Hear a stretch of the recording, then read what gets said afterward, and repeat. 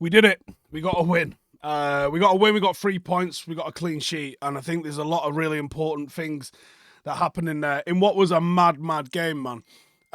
When you watch Burnley play, if you watch the preview that we did yesterday, you'll understand the level of patience that Burnley play with. And it might surprise you and it might not surprise you to know, who do you think the player with the third highest amount of passes was on the pitch? It might not shock you, but it might. It was James Trafford. So James Trafford was the player with 68 passes on the pitch, and I find that genuinely fascinating.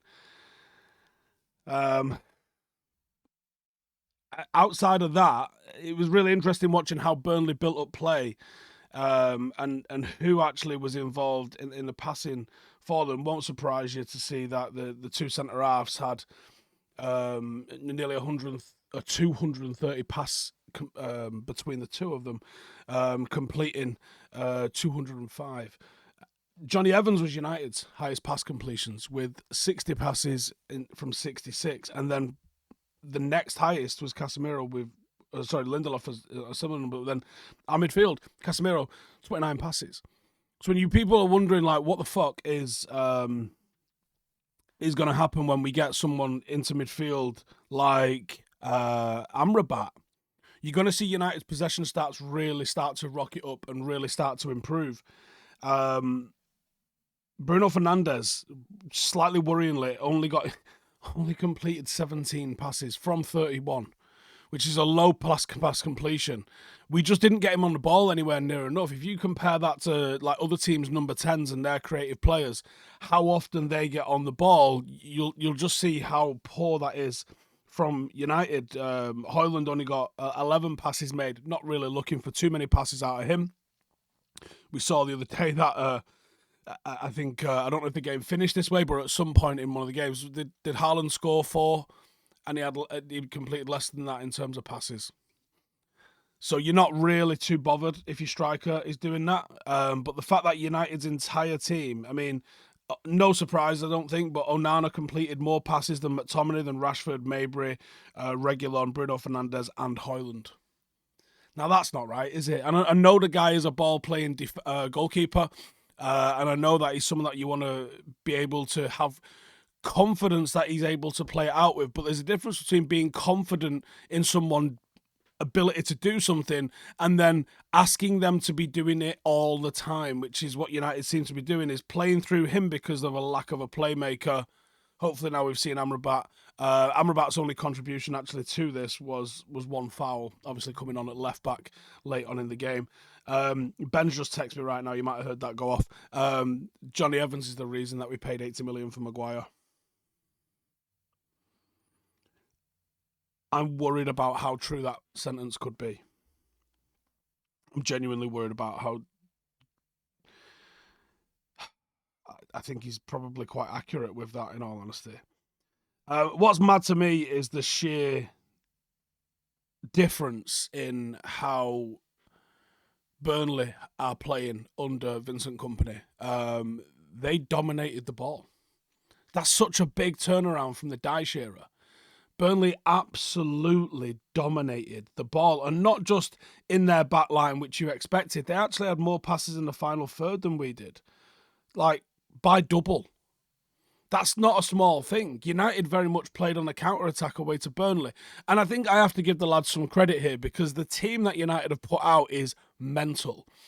I was talking to some people on Twitter before the game, and I was saying, when you think about McTominay's inclusion, right? There's no way Erik ten Hag has looked at the performance of McTominay in the last 3 games and gone, oh, fucking right, that's exactly what I'm after, that, yeah. At all. The fact that he's had to include him. Some people were saying, why not play Palestra on the right-hand side, do blah, blah, blah, blah, blah.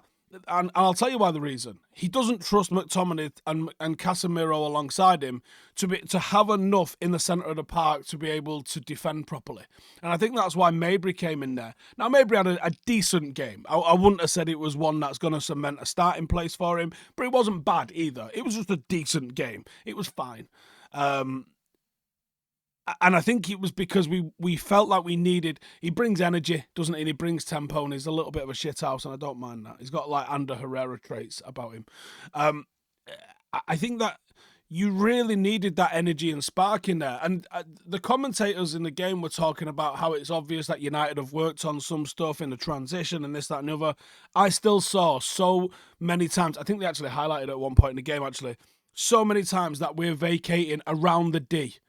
Like, the line is either too flat or we're just completely vacating that area around the D, which is a very, very high goal-scoring opportunity area of the pitch. You got to protect that little zone at all costs, because that is where goals are scored from. On the flip side of that, Johnny Evans should have come away with a goal and assist tonight. Nothing will get made of the VAR decision. The fact that the goalkeeper's pushing McTominay, for me, is on the goalkeeper. McTominay wasn't really leaning against the goalkeeper. He wasn't interfering physically with the goalkeeper. He was just stood there. And the ball actually goes through them, in between them. So you can't tell me when the ball is all over the one side of McTominay and the keeper's all on the other side of it, because the ball literally goes in between the two of them. You can't tell me that he's blocked the goalkeeper's view. Very interesting, you only saw the side-on angles, which you didn't see a completely behind the goalkeeper angle for that. And I don't think he would have been blocking his view. I don't think his view was obstructed at all. Is he distracting him? Maybe. That's not the rule, though. He's interfering with the goalkeeper. Certainly wasn't in his line of sight. Some of the texts I was having with mates would be like, you'd be pissed off if we conceded that. I'm pissed off if we concede a worldie.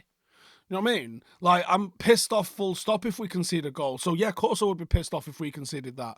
But that's the problem with VAR. It's fucking killed the spontaneous celebrations. You don't get to spontaneously celebrate anymore, because you kind of go, yay, all right, let's have a quick look at VAR, if I can celebrate it, and then it gets given, and you kind of go, yes. It's fucking shit, mate. It's absolutely shit. Just a complete lack of being able to celebrate because you're thinking he's always going to get pulled back. And that was nonsense. But a second goal, Johnny Evans' pass. Wow, what a pass. What a pass. And it was a carbon copy of Robin Van Persie all the way back in 2013. And he's watched it come down. He's almost had two. Some people are going to fuck that up because of how long they've got. And he's not. He's kept it true. The technique was flawless. He's hit it. He's hit through it. And it's a fucking flawlessly executed goal. Carbon copy of what we saw with Robin Van Persie. Probably a little stiller. Like, Robin Van Persie was really running onto us. But what a fucking finish. What a great goal. And like they said in the commentary, I got a goal worthy of winning any game. And it's won this one. So big ups to Bruno Fernandes. A busy game from him tonight. But in terms of, like, he got about the place, but I want him on the ball more. I want Bruno involved 2-3 times as much as he's getting involved with the play at the moment. I think that'd be the correct thing to do to utilise his abilities. Still some poor performances across the pitch, and still some worries with injuries. 2 more injuries potentially. That's fucking terrifying, innit? Genuinely terrifying. Like, I wasn't aware what had happened with Martinez until like an hour before the game, and I was like, fucking Christ. Can we get a break, man? Can we get a break? But on the plus side, I mean, I don't know what we're going to do about a left back. Again, this is where I think I'm quite right in saying the absolutely ludicrous decision that we made with Alvaro Fernandes, because that is a player that should now be getting an opportunity at left back, but he won't. The injuries are fucking mounting up, but we did see Amrabat and we did see Varane come back. So there's some positives to take out of that, even though we got a couple more injuries picked up. It's a bit more in the tank for Højlund, who definitely looks like a Manchester United player. Unfortunate to come off without getting on the score sheet himself there, I thought, tonight. Once United establish a little bit more dominance in games, once we start getting Amrabat taking a grip of this midfield, get Bruno involved a little bit more, start to really impose ourselves on games, I think we'll be fine. It's time to put a run together. It's time to get a run of clean sheets and see what this team can really do. Let me know your thoughts on the game in the comments. See you in the morning.